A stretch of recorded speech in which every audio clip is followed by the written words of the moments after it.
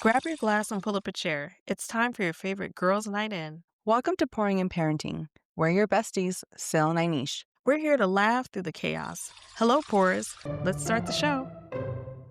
Hey. Welcome back to another episode of Pouring in Parenting. It's your girl, Inish. Sil. And we are coming at you with a very special episode. Before we get started, Sil, what did you pour? Well, you know what? It's been a rough day. So I went to what is my go-to drink, which is a White Claw Black Cherry. Yummy. We are twinning because I also cracked open a White Claw. You can't see it, but I opened a peach. You clicked on Parents Just Don't Understand. We received a very special email from one of our valued listeners by the name of Josh and his partner from the UK. So big shout out to the UK, all the UK listeners out there. Thank you so much for tuning in to Pouring in Parenting. We really appreciate your support. Josh and his partner are expecting their first child, and they sent us an email with very good questions. And as we state on majority of our episodes, we want you all to send us questions because we will address them.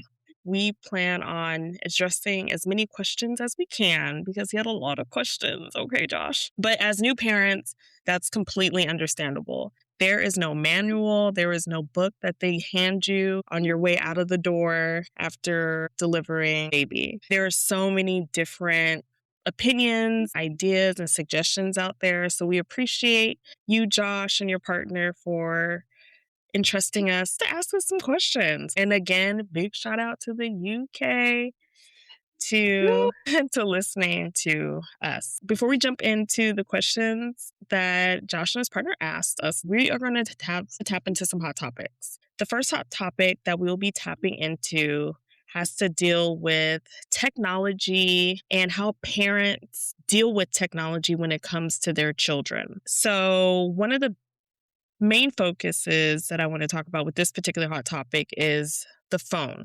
One little tidbit about parental phone distraction is it's directly linked to increased child injury.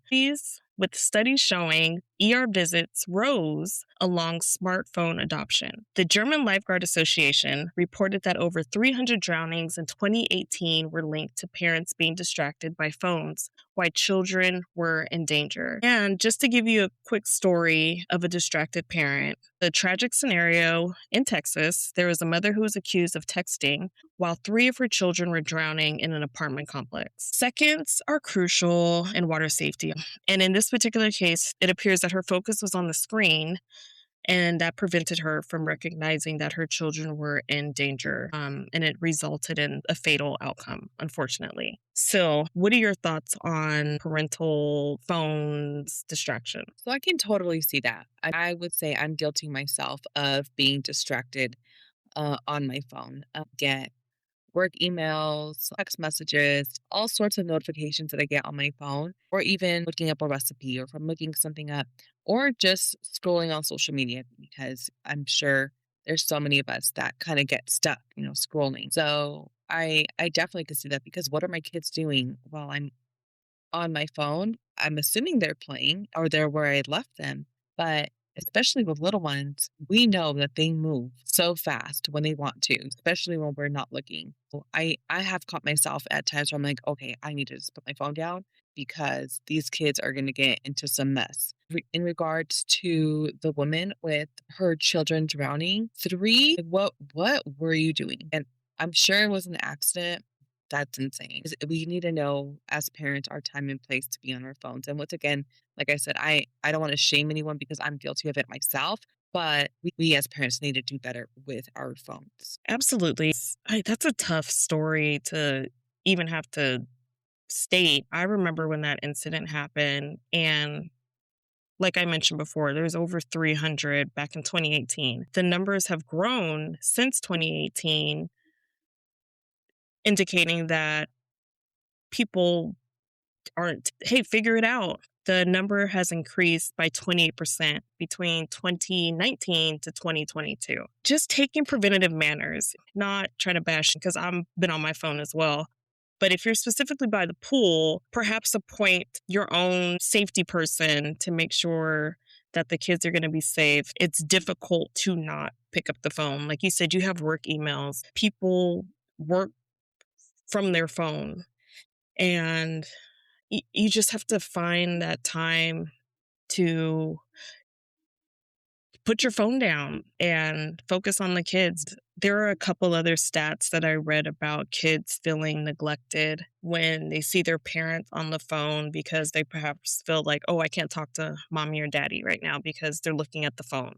So, just a couple things to keep in mind when it comes to being distracted. There's so many other distractions out there, but we're not going to dive into that. Let's move on to the next topic, which is something positive, I guess depending on you look at it, but the return of the physical book. Books need to come back into play. So I guess it kind of counteracts with electronics. How do you feel about books? Is that something major in your household? So, I really encouraged the use of books in my home. There's one book in particular that my son got for Easter one year. It's called Easter Fun. It's one of those cardboard books um, that is very sensory. So it has a little chick and it's fuzzy. It has a basket and you can feel the weaving of the basket. You can feel silky petals of the flowers. He loved that book. And at one point, he even had it memorized because we would just read it all the time. So we kept books in the house. We would read before bed. I will say we kind of fell off that tradition as he's gotten older because he does read on his own now. So he reads after school. He's really into like the Dog Man books. My daughter loves books. We went on a trip to Hawaii and we got her a little book. And it's like the Wheels on the Bus, but like a beach version. She absolutely loved it. She carried that book everywhere with her to the point where it got ruined, which was so sad. But she also came in contact with the Easter Fun book and she loved it. It's sensory and it's so much that happens in their brain when they have something physical in front of them, even turning the pages. It creates that sequence in their head, the sequence of events. Um, so so I have been very adamant about having the physical books. I agree with that. We had, instead of people bring a baby shower card to our baby shower, we asked people to bring books. And they wrote little notes in the book in place of writing on the card. Here's a little fun fact: reading to your child is profoundly important. We both know that. It acts as one of the most impactful, low effort, high reward activities for development. Daily reading accelerates vocabulary, it boosts cognitive development, fosters empathy, enhances focus, and strengthens the parent child bond, potentially exposing children to over 1 million more words by kindergarten. That alone should give parents just a big reason to want to make sure that you read to your children. We read to the kids still every single night, if allotted. There's nights if we get home late and they're just out of it, we won't read them a story. But for the most part, that's part of the bedtime routine. We're reading to the kids and they enjoy it. Our youngest is starting to follow along with his finger and point out the words. He's learning his letters now, and his favorite letter is W at the moment. Whenever he sees one, we all have to see it too. But that alone is showing how impactful reading and visually seeing those words. But obviously if you need an audiobook, we're not going to knock that, especially for parents that are visually impaired or whatever the case is. But if you can get your hand on a hard book, then by all means get that book. And Even just going to the library. Like if you can't afford to buy books or you don't want a bunch of books in your home, that's okay. They have books for toddlers all the way to adult in the library. And that's a whole nother experience in itself is going to a library, picking out a book. It's sometimes exciting. They have activities there. So it's just a good experience overall. You build those memories and kids get those foundational skills that they need to get them ready for school. and just to name a few books that are really popular, and they've been popular since forever, and some facts: The Very Hungry Caterpillar We all know that one. Sold one copy every minute since 1969. The next book is Green Eggs and Ham. Dr. Seuss won a $50 bet that he couldn't write a book in 50 or fewer words. Clifford the Big Red Dog was originally going to be named Tiny. Tiny the Big Red Dog. The irony, right? The Tale of Peter Rabbit, rejected by publishers 6 times before Beatrix Potter self-published it. Where the Wild Things Are was originally titled Where the Wild Horses Are. And the last thing I'll say is that board books, the sales have grown by 20% since 2013. Yay! I love Yeah. board books. I love They're board fun. books The too. kids love them too. We have a lot of board books here. The kids have broken a couple of them because they get a little crazy trying to open them, but we taped them back together and made it work. Right? Okay, the last parenting hot topic that we'll be discussing is the overshare when it comes to social media and your children. And some of the just scary facts out there that I feel a lot of parents just don't even realize, especially with the direction that AI is going in, the direction that technology is going. I feel a lot of parents are just not educated on the placement that they could potentially be putting their children in when it comes to oversharing information. Roughly 80% of children have a digital footprint by the age of 2. And what they call sharenting can lead to identity theft risk or future privacy concerns for the child. It's super scary. One of the things that these poachers are doing is waiting for that first day of school picture with the sign. And we talked about that a few episodes back. Some of those boards have hit the child's school on there. And the breach in that is now they have your child's name, they know what school they go to, they figure out they know what grade they're in, and they can figure out passwords. And I think that the hype of social media is just that, and people have this high to want to overshare their family to get the views and the likes, not realizing that that could be detrimental to their kids' future. Unfortunately, I feel it's not going to get any better. The way social media is moving and AI, and parents just have to be more aware of their actions and be careful in that department. Scary out there, unfortunately. It's so scary. So, with those hot topics, we hope that you got something out of that. Jumping into today's episode, we're going to talk about some parenting styles. So, did you two ever have a discussion about your parenting style before you got married? I don't know so much about style. I know we had the conversation of like what we would want for our kids, trying to raise them to be responsible, good adults. But as far as how we approach certain situations or all of our parenting situations, I can't say we did. We kind of just gone through it. As well, we go through it as we go. Mhm. You know what I mean? So yeah, that's where we're at. So I feel like I'm the mean one. So, we had a good cop, bad cop. Yes. But then we flip flop too with that. Sometimes he could be like a little bit mean. And then like I'm the nice one. It's where a mixture between gentle parenting and traditional parenting, the way we talk to our kids and the way we handle discipline. That makes sense. I wonder if that's even a discussion. I imagine a lot of people don't have that discussion considering the amount of children that are just born and they don't even plan to create the child, right? My husband and I didn't necessarily have that discussion either. And we have been going with the flow. I feel that since I'm home with the kids a lot more, he respects the rules and the foundation that I've built and piggybacks off of that. So we don't really have any like hard debates or discussion. If he obviously wants to step in, like, parent your child.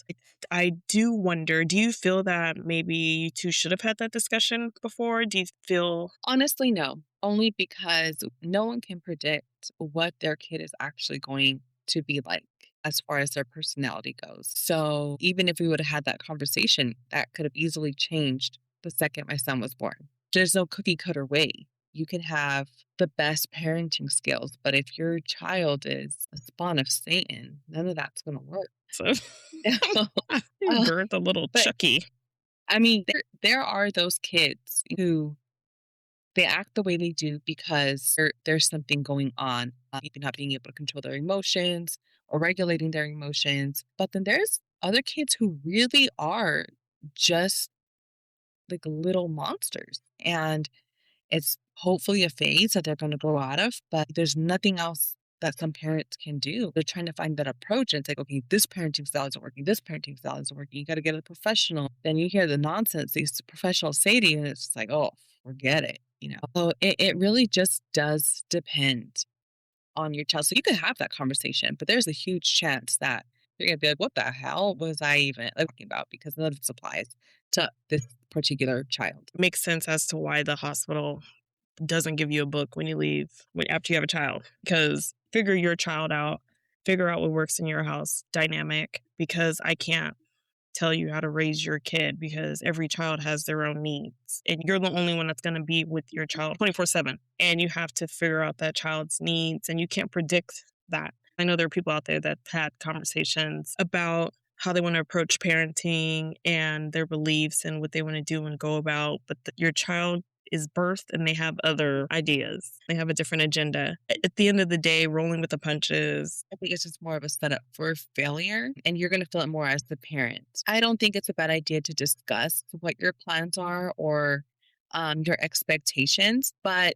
you also, as a parent, need to learn how to be flexible because you could have had these amazing plans, but if your kid don't want it, it's not going to happen. That's so true. Into the next topic, which is a routine trap. We talked about routines a few episodes back when you mentioned that having too many routines could hinder a child when it comes to downtime and them just they don't even know what to do with themselves because they're so used to a routine. So you mentioned allowing your child to be bored is okay. Allowing their little brains to work and conjure up something fun to do. Now, outside of that, do you have a bedtime routine? How important are bedtime routines for you from childbirth to grade school?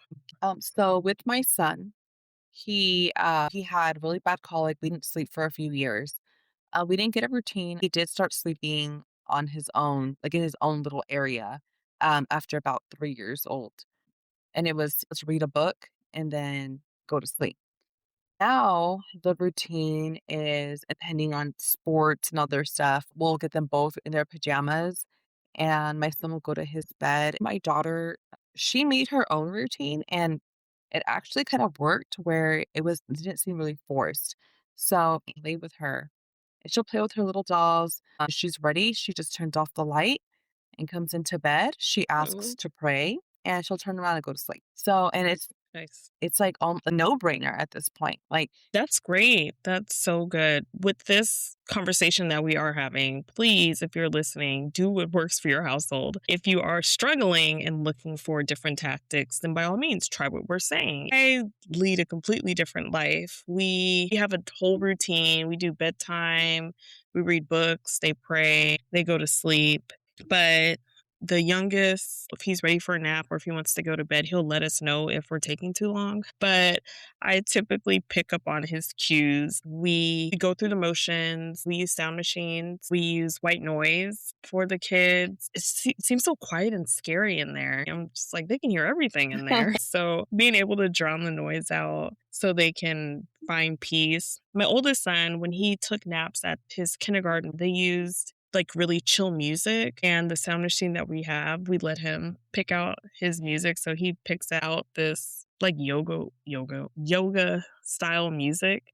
It's super chill and it works for him. The baby, we still use white noise, and honestly, we don't have a TV in our bedroom. We co-sleep and the white noise is comforting at this point, I think, to all of us. Too much silence is just that, too much silence. I'm hearing crickets chirp. Having the white noise helps. Having that routine, the kids know, oh, we're taking a bath, we're brushing our teeth, we get a book, we read the book, we pray. I lay with the baby until he falls asleep. For all the parents out there that are still cuddling up with their baby, don't feel guilty. Do what works for your household.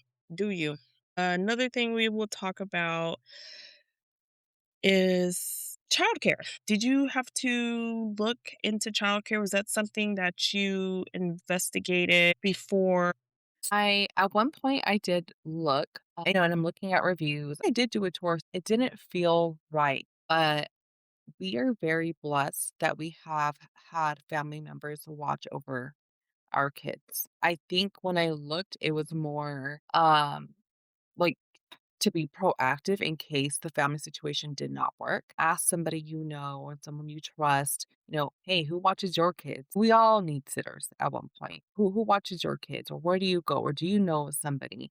And usually people are pretty cool about giving information like that because as parents, we all know what a hassle that is. Do your research and go with your gut. Absolutely follow your gut. And if you are looking for daycares, and I know this is one of the questions that Josh asked us, start searching in the second trimester because there are wait lists that can literally be 6 to 12 months long. I have a friend who don't with that. It's tough out there. And so many parents have to work and don't have the flexibility or the financial stability to stay at home with their child. So make sure that you start as early as you can, but the second trimester is a great place to start. Communicate with your friends, communicate with your community, and ask them what daycare they've used. Same thing with preschool. Most of the wait list requires a 1 year lead time. So keep that in mind for those that are looking for preschools for their child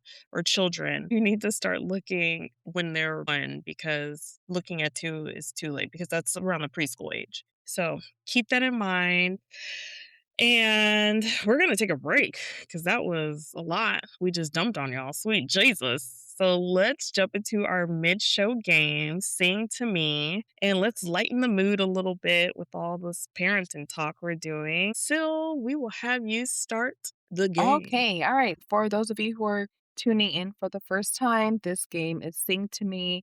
I will ask Inish a question regarding song lyrics, and the goal is for her not only to answer the question, but to sing them back to me, and we'll take turns. Okay. So, Inish, because your Motown Mondays inspired me.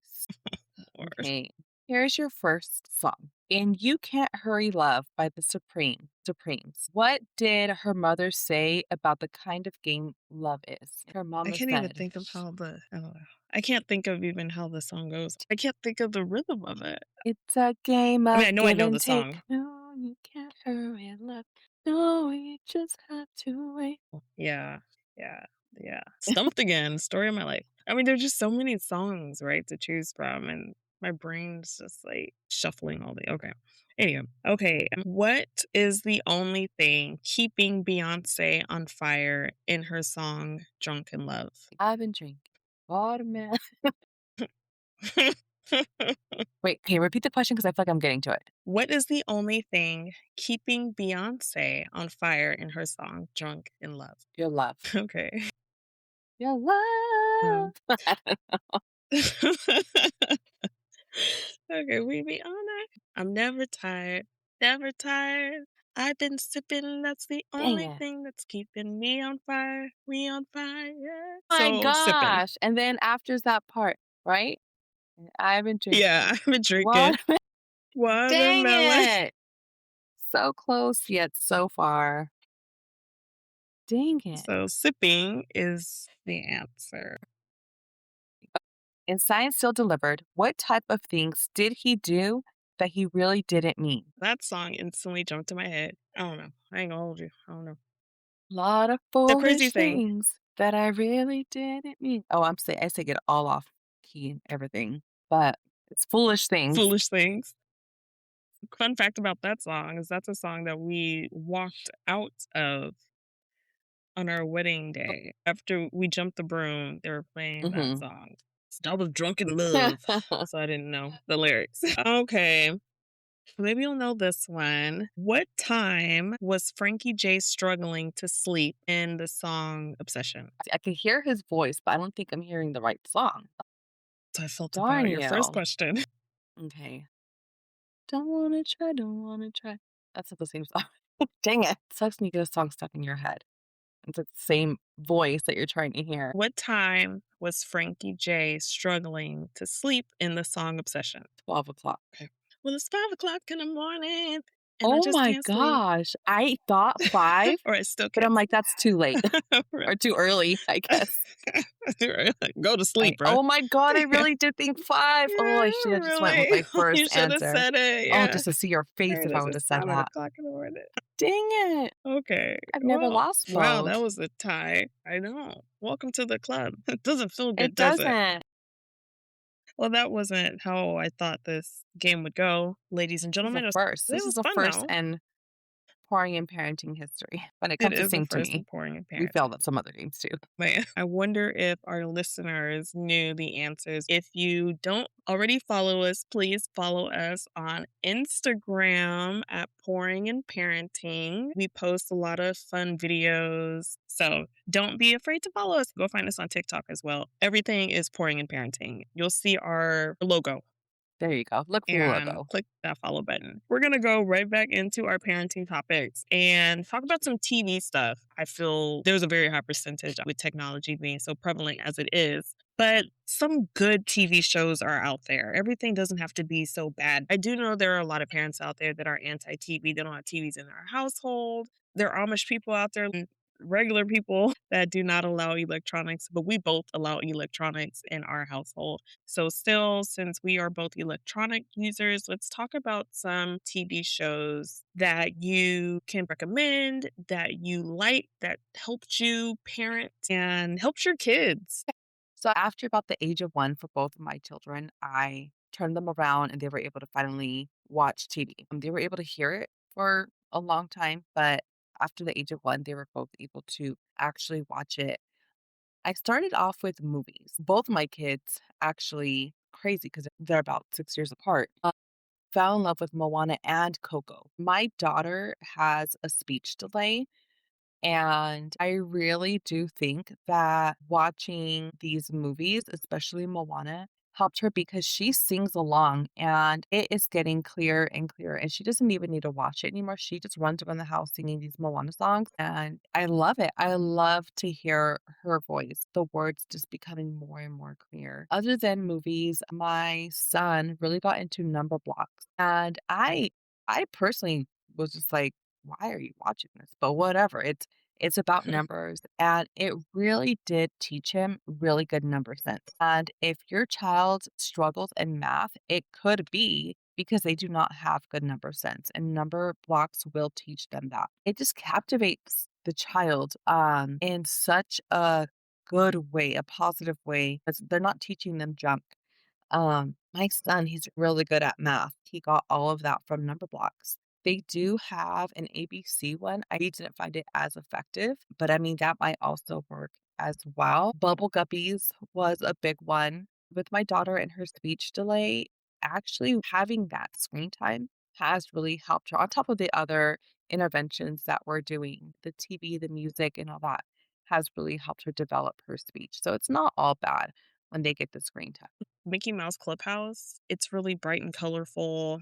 They sing, they're learning. They have Miss Rachel. I feel low stimulation because it's her. It's almost like having a therapist in your home, but on the TV screen. I do appreciate that in her titles, she does list the age range that she is targeting for that specific episode. There are so many different shows out there that you can try to sift through and figure out what works for your child. But the biggest thing is just making sure that you are physically being active with your baby and singing the songs to baby. Cocomelon is big. They also have Gracie's Corner. Those two in particular, they sing songs that are typical nursery songs, and then they have their own version of the songs. Do your research on those two because there's definitely a lot of negativity around Cocomelon in particular, I don't but get why. that's It's up to so you. weird. Like, I have been stuck watching Cocomelon for the longest. I don't think I've seen something that is like, "Oh, I can't let my kid watch this." And it's like, it's nursery rhymes. I don't get it. It's You know, nurse, to each their yeah. own.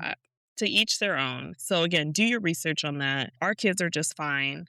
My kids are a little different. They're watching Harlem Globetrotter highlights and sport highlights, even the baby. Learn your child. I have boys and they're that aggressively into sports.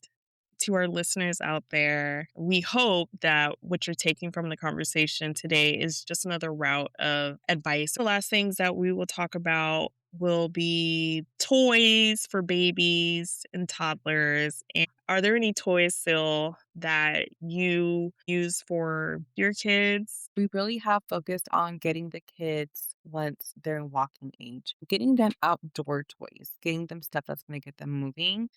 They both really like building blocks as babies. So we had a lot of blocks for them to build stuff and just stacking.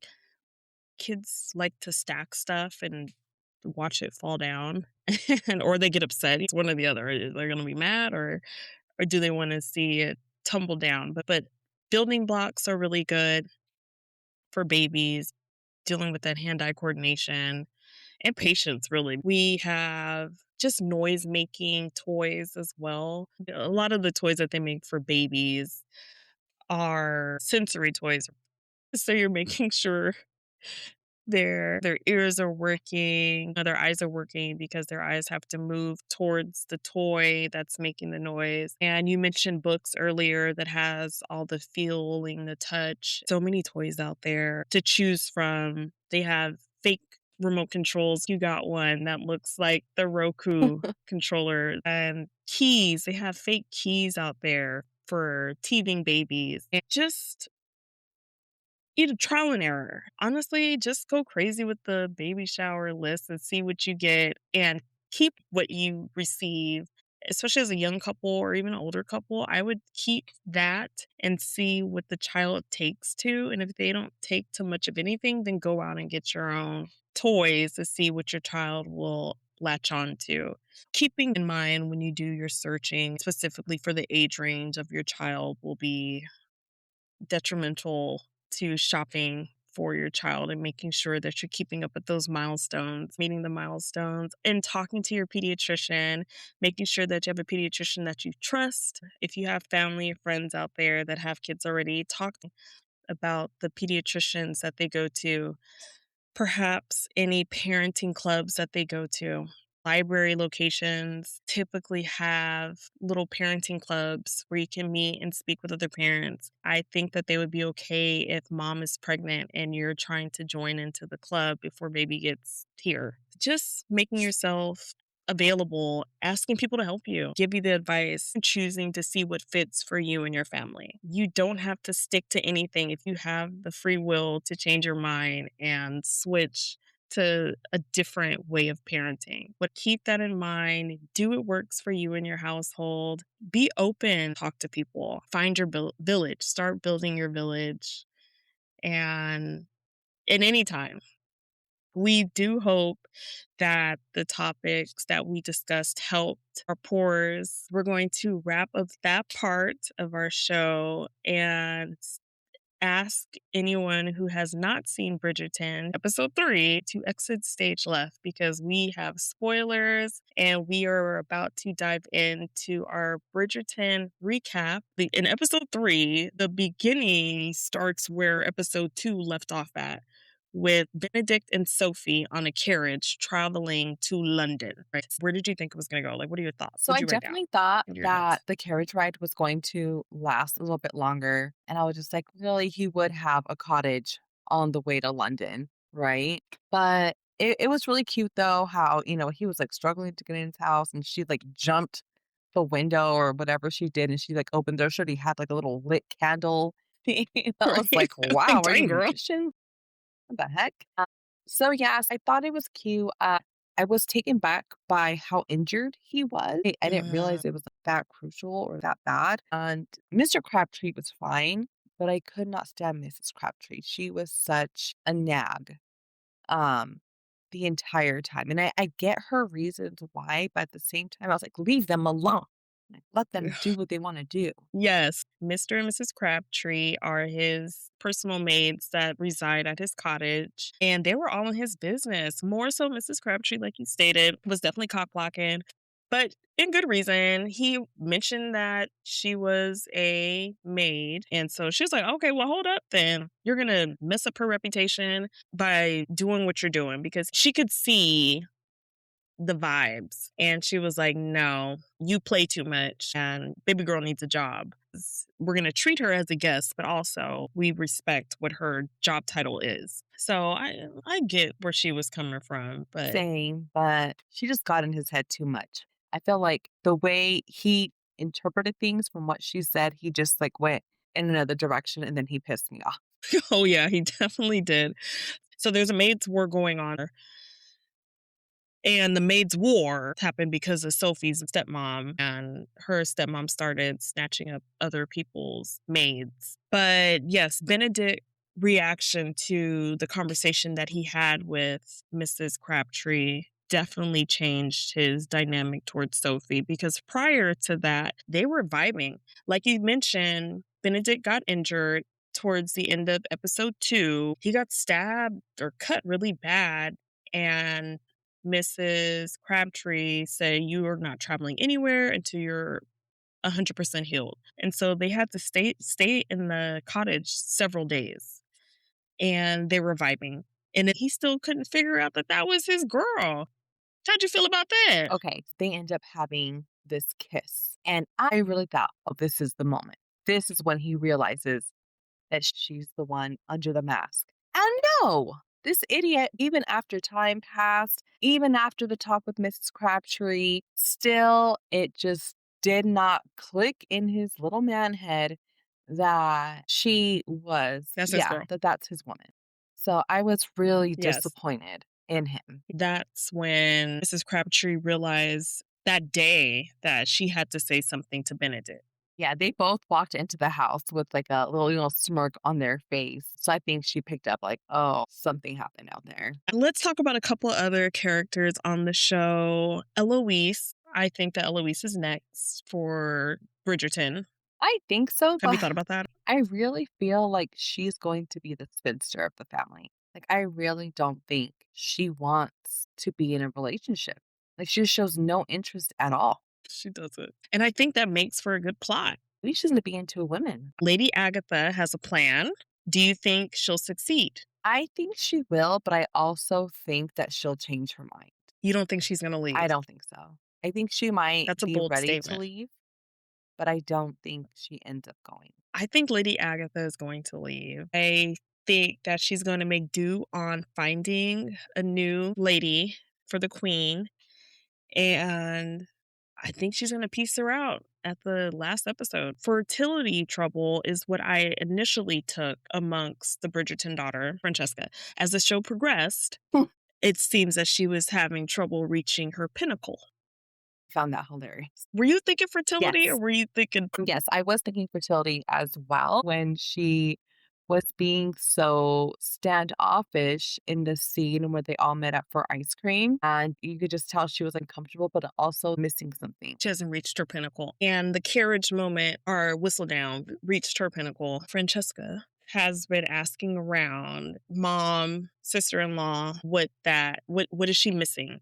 How come she's not feeling that excitement that she sees on everyone else's faces? We're going to be following, of course. What do you think will happen in episode 4? He's supposed to be helping her find a job. I think if he is in one attracted to her, he might try to keep her around. There is a maid war going on. So if someone possibly leaves like the Bridget, like his mom's home, maybe she'll go and work there. I don't know. What about the other family that at the end of Featherington. the show wouldn't? Or she can go there too. Mm, I mean, there's so many places she can go wondering. where he can still know where she's at, even like Colin and Penelope. We'll see what happens. One more question is about Mama Bridgerton. Do you think she's gonna remarry? I don't know. She seems very What do you worried think? about what her kids think. I think eventually they're definitely going to get it in. They're going to have this romance. I'm all about her and Lord, Marcus getting a groove back. Yes, get your groove back, mama. Bridgerton, do your thing, girl. The show ends how it started. Benedict and Sophie on route by carriage to London. Stay tuned with us as we continue to cover Bridgerton. We'll be covering episode 4 next week. We hope that you enjoyed this episode of Pouring and Parenting. Again, thank you, Josh, for your lovely email. We really appreciate you for listening to us. We send many blessings to you and your growing family. Thank you for listening from the UK. That's so crazy to us. Yes, thank you, Josh. Congratulations from us here at Pouring and Parenting. Please be sure to message us when your bundle of joy arrives. We want to know all the deets and shout out your new baby. If anyone out there has any questions, do not shy away from reaching out to us via DM, email, text message. We are here, ready and willing to answer any questions that you may have. And don't forget to follow us on our social media platforms: TikTok, Instagram, Facebook, YouTube, even. Thank you, Pours, for tuning in to another episode of Pouring and Parenting. Where soup happens and we pour about it.